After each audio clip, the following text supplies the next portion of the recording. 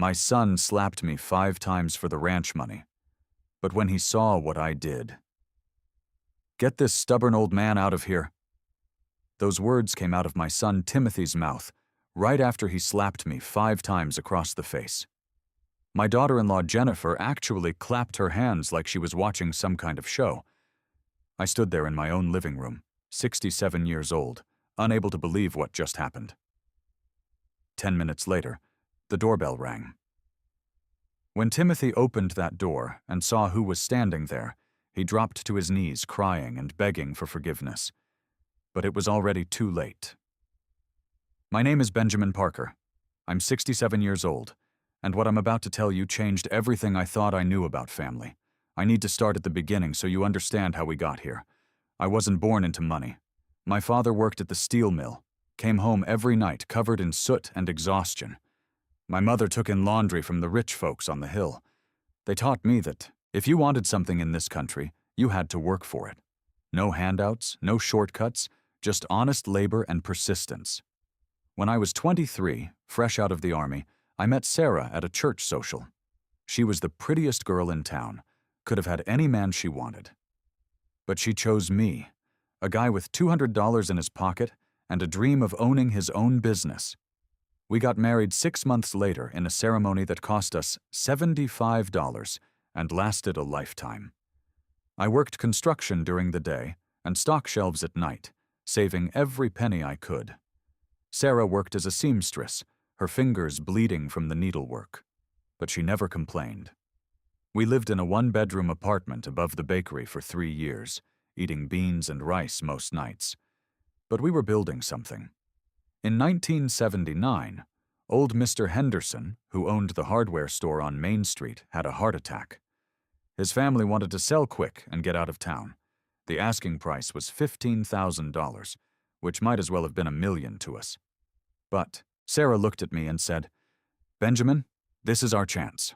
We'll find a way." We borrowed $500 from her father, scraped together our savings, and somehow convinced the bank to give us a loan. The day we got the keys to Parker Hardware, I felt like the richest man in America. Sarah painted the sign herself, her careful handwriting spelling out our name in blue letters that seemed to glow in the afternoon sun. For 40 years, that store was our life. We were open 6 days a week, closed only on Sundays for church. I knew every customer by name, knew their projects, their problems, their families. Mrs. Anderson came in every spring for tomato steaks and always asked about Timothy's grades. Joe Martinez brought his son in to teach him about tools, just like my father should have done for me. Timothy grew up in that store. As a little boy, he'd sort screws and bolts into bins, earning a quarter for every container he filled correctly. When he got older, I taught him to run the register, to help customers find what they needed, to understand that service wasn't just about selling products. It was about solving problems. He was a good kid back then. Smart, respectful, hard-working. When he turned 16, I bought him a used Ford pickup so he could make deliveries after school. "This business will be yours someday," I told him. "I'm building it for you." But something changed when Timothy went to college. He came back talking about bigger opportunities and thinking outside the box. The hardware store that had built our family's entire life suddenly seemed small to him, beneath his ambitions. He got his business degree and moved to the city, worked for a few different companies, never staying anywhere long. He met Jennifer at some corporate event. She was everything Sarah wasn't: flashy, expensive taste, always talking about what other people had. When Timothy brought her home for the first time, she walked through our store like she was touring a museum. Touching, things with her fingertips like they might contaminate her manicured nails. "How charming," she said about the place that had fed, clothed, and educated her future husband. "So rustic." Sarah didn't like her from the start. "That girl sees dollar signs when she looks at our boy," she whispered to me that night. "She's trouble, Benjamin." I should have listened. Sarah had good instincts about people, but Timothy was happy, or at least he seemed happy, and I wanted my son to be happy. They got married at some fancy venue that cost more than I made in 3 months. Jennifer's parents paid for most of it, which should have been my first clue about her expectations in life. During the reception, I asked Timothy about his plans. "Dad, there's a whole world out there beyond this little town. Jennifer and I are going to make something big happen." "What about the store?" He looked uncomfortable. "Dad, retail is dying. People buy everything online now. You should think about selling, while you still can." That conversation stuck with me for years. My son, who I'd raised to understand the value of serving your community, who'd learned his work ethic in those aisles, was telling me our family business was obsolete. After that wedding conversation, things between Timothy and me were never quite the same. He'd call every few months, but our talks felt forced, like he was checking boxes on some obligation list. When he did visit, Jennifer would spend the whole time looking at her phone or making comments about how quaint everything was in our little town. The visits got less frequent after Sarah got sick. Cancer. That word changes everything when the doctor says it. Stage 3 breast cancer, spread to her lymph nodes. Sarah faced it like she faced everything else in life, with quiet dignity and stubborn determination. "We're going to fight this thing," she said, squeezing my hand in that hospital waiting room. "We've got too much living left to do." For 18 months, we fought. Surgery, chemotherapy, radiation. I closed the store early every day to drive her to appointments. Our insurance covered most of it, but not all. Between the medical bills and lost income from my reduced hours, our savings took a beating. Timothy came home twice during Sarah's illness, twice in 18 months. Each time he seemed uncomfortable, like he didn't know how to act around sickness. Jennifer came with him the first visit, spent most of the time complaining about the smell of the hospital and asking when they could leave. "Your mother is dying," I told Timothy during that visit. "This might be one of the last times you get to really talk to her." "Dad, she's going to be fine. Mom's tough. Besides, all this medical technology these days." He didn't want to face reality. Neither did I, but I didn't have a choice. Sarah died on a Tuesday morning in March. I was holding her hand when she took her last breath. Timothy was in Cincinnati on a business trip. He made it to the funeral, but he had to leave right after the service for another meeting. "Sorry, Dad," he said, adjusting his tie at the graveside. "I'll call you tonight, okay?" He didn't call that night, or the next. When he finally did call a week later, it was to ask if I needed help sorting through Mom's things. Like she was a garage sale instead of his mother. The months after Sarah's funeral were the hardest of my life. The store felt empty without her coming by with lunch, without her organizing the books, without her voice greeting customers from behind the counter. I'd find myself looking up from helping someone, expecting to see her smile, and remembering all over again that she was gone. The house was worse. 40 years of marriage, and suddenly I was eating dinner alone, watching television alone, going to bed in a room that felt too big and too quiet. Some nights I'd catch myself setting 2 plates at the kitchen table out of habit. I threw myself into work, but my heart wasn't in it. The store had always been about building something for our family, for Timothy's future. Without Sarah, without Timothy's interest, it felt like I was just going through the motions. That's when Harold Peterson started dropping hints about retirement. Harold lived next door, worked 35 years at the bank before retiring. He'd see me leaving for work at dawn and coming home after dark, and he'd shake his head. "Ben, you're 64 years old. You've been working since you were a teenager. When are you going to live a little?" "The store needs me, Harold. The store needs a younger man. You've built something valuable there. Cash out while you can and enjoy your golden years." The idea grew on me slowly. What was the point of keeping the store open if Timothy didn't want it? I was getting older. My back hurt from lifting boxes, my eyes strained from doing inventory. Maybe Harold was right. When the developer approached me about buying the property, I was ready to listen. His name was Richard Morrissey, represented some company planning to build a strip mall. He offered $420,000 for the building and land. It was more money than I'd ever seen in one place. Mr. Parker, this is a generous offer. Property values in downtown areas like this are only going up, but we need to move quickly. I called Timothy that night to tell him about the offer. Dad, that's fantastic. You should definitely take it. I wanted to run it by you first in case you'd changed your mind about the business. Changed my mind? Dad, I told you years ago retail is dead. Take the money and enjoy your retirement. So matter of fact. So casual about dismantling 40 years of our lives. That phrase made my stomach tighten. Better ways, in my experience, usually meant risky ways. But Timothy was my son, and I wanted to hear him out. What did you have in mind? Well, Jennifer and I have been looking at some investment opportunities. Real estate development, mostly.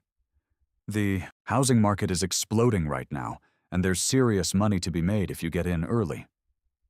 He pulled out his phone and showed me pictures of vacant lots, architectural drawings, projected profit margins. Everything looked professional, impressive even. The thing is, Dad, these opportunities don't wait around. We need to move fast, and we need substantial capital to get started. How substantial? Timothy hesitated, took another drink. Around $280,000. I almost choked on my bourbon. Timothy, that's 2/3 of everything I have. I know it sounds like a lot, but Dad, listen to the numbers. Conservative estimate, we're looking at 200% return in 18 months. You put in $280,000. You get back $560,000. That's enough to live like a king for the rest of your life. And if it doesn't work out? It will work out. Jennifer has connections in the development world. She knows which projects are solid investments and which ones are garbage. This isn't gambling, Dad. This is business. I wanted to believe him. I wanted to believe that my son had found a way to secure both our futures. But something about the whole presentation felt rehearsed, like he'd practiced this conversation. Let me think about it, son. Timothy's face fell. How long do you need to think? Because, like I said, these opportunities move fast. Give me a week. That week was hell. Every day, Timothy called with updates about how time was running out, how other investors were circling, how I might miss the chance of a lifetime. Jennifer called too, using a different approach. Mr. Parker, I hope you understand how much courage it took for Timothy to come to you. He's never asked for help before, never wanted to be dependent on anyone.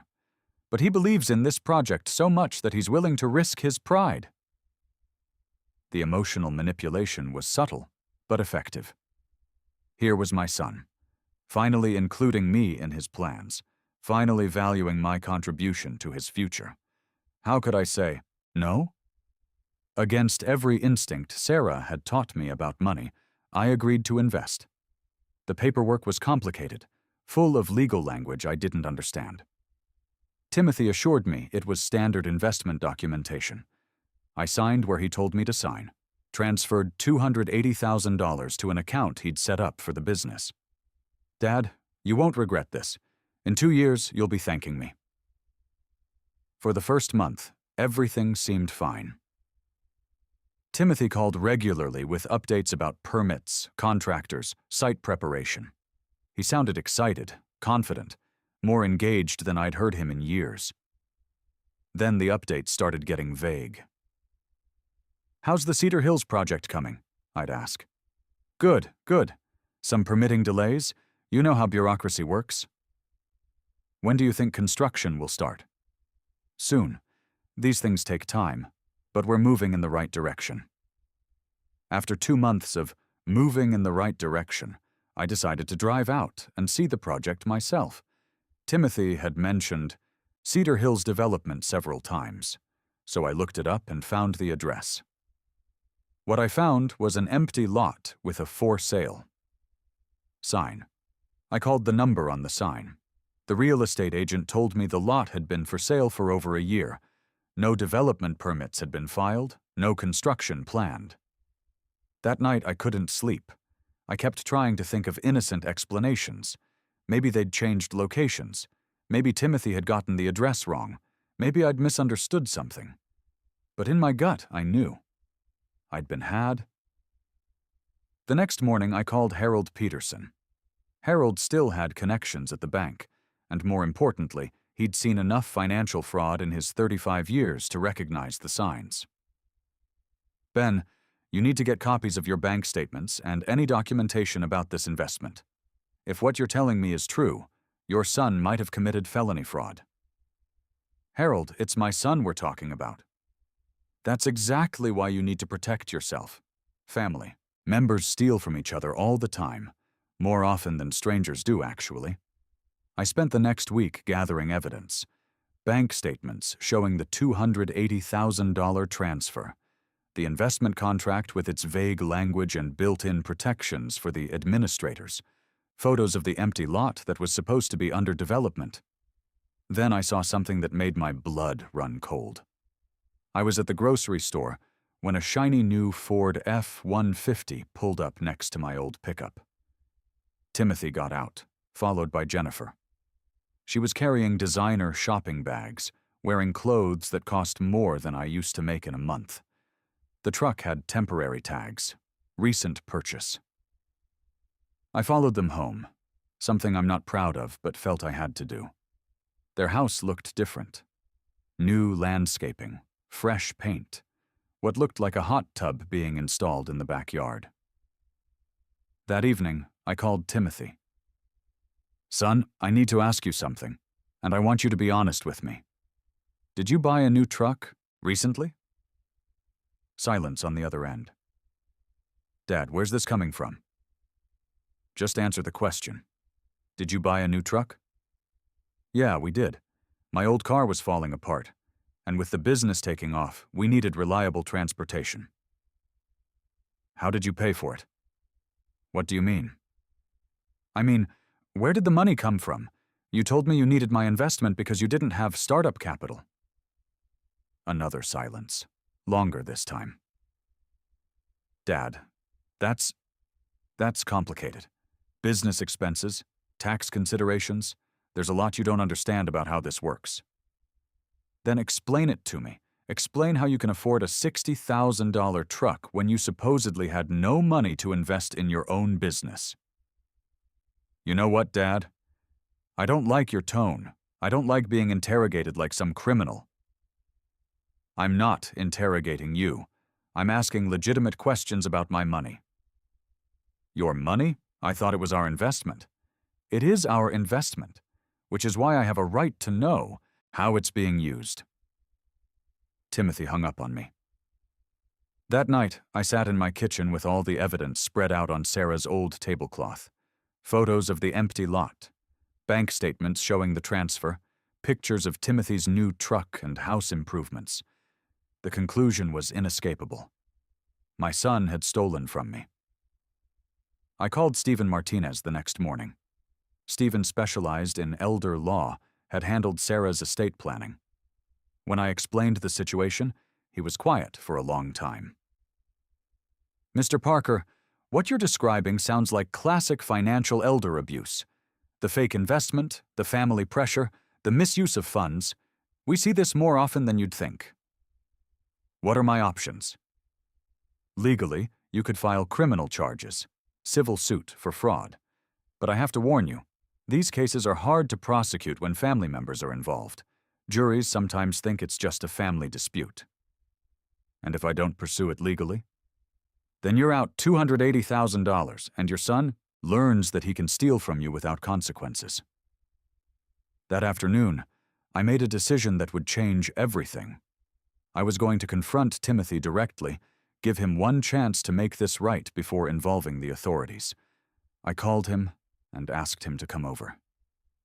We need to resolve this situation, son. What situation? You know what situation. Come over tonight. Bring Jennifer. We're going to get everything out in the open. I signed the papers a week later. Watching them load my tools, my inventory, my father's old workbench into trucks, was like watching my life get packed away. But I had $420,000 in my bank account, more security than I'd ever imagined. The plan was simple. Put most of it in savings, keep enough for living expenses, maybe travel a little like Sarah and I had always talked about. We'd dreamed of seeing the Grand Canyon, visiting Alaska, taking a cruise through the Panama Canal. I'd do those things for both of us. Timothy called to congratulate me when the sale went through. He sounded genuinely happy for me, which felt good. "Dad, I'm proud of you for making this move. Mom would be proud too." Those words meant everything to me. For the first time since Sarah's funeral, I felt like my son and I might find our way back to each other. Then he came to visit the following weekend, brought a bottle of bourbon, and that smile I remembered from when he was little. "Let's celebrate your new chapter, Dad." We sat in my kitchen, the same table where Sarah used to serve Sunday dinners, where I'd helped Timothy with homework, where we'd had so many family conversations over the years. For a few minutes, it felt like old times. "So, Dad, have you thought about what you're going to do with all that money? Put it in the bank, I suppose. Maybe take that cruise your mother always wanted."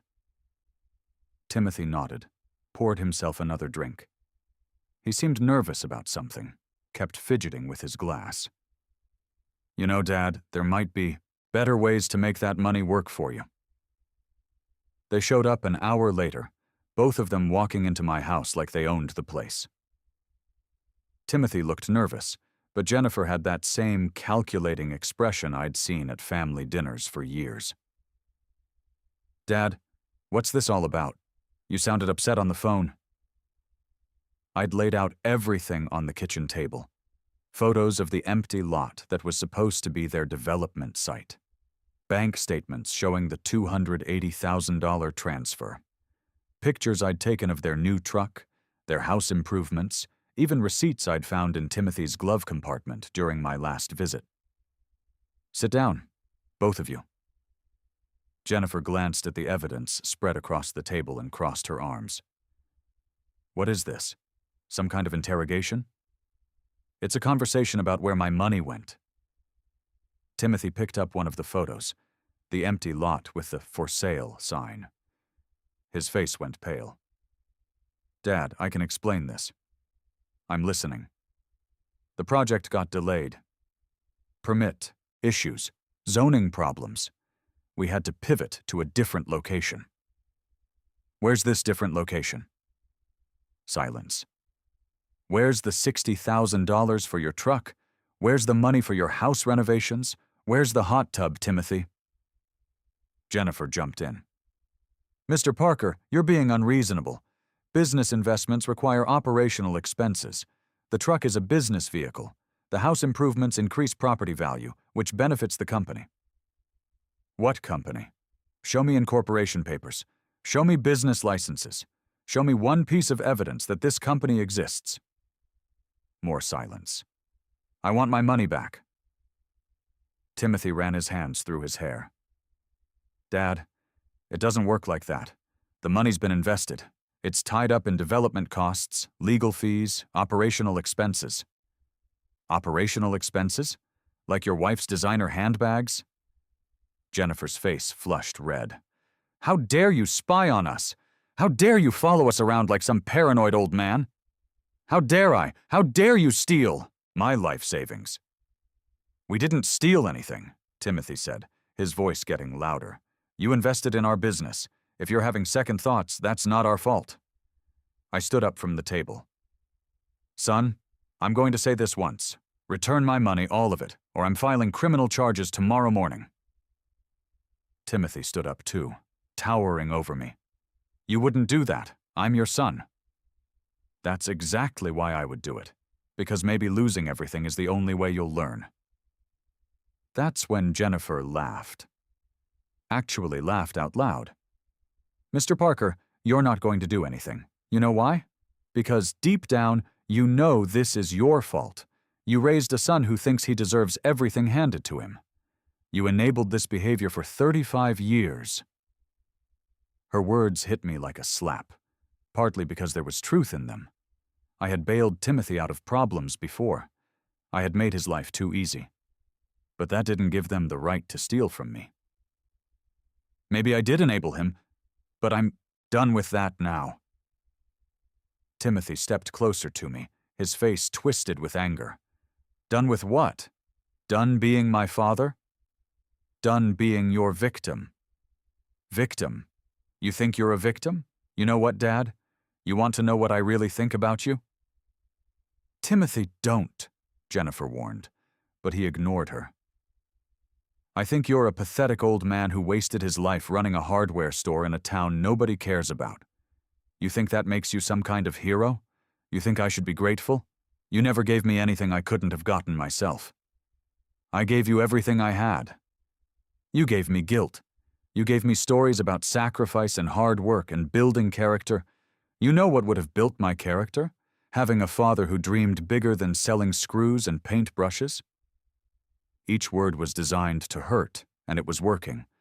But underneath the pain, I felt something else. Clarity. This wasn't my son talking. This was a stranger who resented everything I'd ever done for him. Get out of my house. Gladly. But don't expect us to come running back when you're old and sick and need someone to take care of you. I'll take my chances. They headed for the door, but Timothy turned back one more time. You know what the funny thing is, Dad? You could have been part of something bigger, but you chose to be suspicious and small-minded instead. The only thing I chose was to stop letting you rob me blind. That's when he snapped. Timothy came charging back across the room and grabbed my shoulders, shaking me hard. You stubborn old bastard. Do you have any idea what you're doing to my life? I tried to push him away, but he was stronger. His hand came up and slapped me across the face, hard. Timothy, stop! Another slap. The room was spinning. Give us the money! A third slap, harder than the first two. I stumbled backward into my chair. Stop, you're hurting me! Two more slaps, rapid fire across both sides of my face. I could taste blood in my mouth. Jennifer was standing there clapping, actually clapping like she was watching a show. Finally, someone needs to teach you respect. Get this stubborn old man out of here, Timothy said to her, breathing hard. We'll figure out another way to get what we need. That's when the doorbell rang. Timothy froze. Through the window, I could see Harold Peterson standing on my porch with two police officers. Timothy's face went from rage to terror in about 2 seconds. No, no, no, he whispered. When he opened the door, Harold pointed at my swollen face. Officers, this is the situation I called about. One of the officers looked at Timothy, then at me, then back at Timothy. Sir, we're going to need you to step outside. Officer, this is a misunderstanding. This is my father. We were just having a family discussion. The officer saw my face, the red handprints, the swelling. Sir, turn around and put your hands behind your back. No, wait, please. Dad, tell them it was an accident. I looked at my son, the boy I'd raised, the man who'd just beaten me in my own home. And I made a choice. Officer, I want to press charges. Timothy dropped to his knees right there in my entryway, sobbing like a child. Dad, please, I'm sorry, I'll pay back every penny. Please don't destroy my life. You destroyed your own life, son. They arrested Timothy for elder abuse and Jennifer as an accessory. The trial took 6 months. Timothy pled guilty in exchange for reduced charges, got 18 months in county jail and 5 years probation. The court ordered restitution, but most of the money was gone. I recovered about $65,000 total after they sold his truck and some other assets. Jennifer disappeared before the sentencing, heard she moved to Arizona, and married some retired executive within a year. Timothy never saw it coming. I'm 67 years old now, living quietly on what's left of my savings. Some people in town think I was too hard on my own son. Others understand that sometimes love means letting people face consequences. I changed my will. Everything goes to charity now. Timothy made his choices, and I made mine. My name is Benjamin Parker. I lost a son, but I kept my dignity. And at my age, that's worth more than money. My name is Benjamin Parker. I lost a son, but I kept my dignity. And at my age, that's worth more than money. Sometimes the greatest gift you can give someone you love is refusing to enable their destruction, even when that someone is your own child. I spent 40 years building something for my son's future. But in the end, I had to choose between saving him and saving myself. And I finally learned that sometimes you can't do both.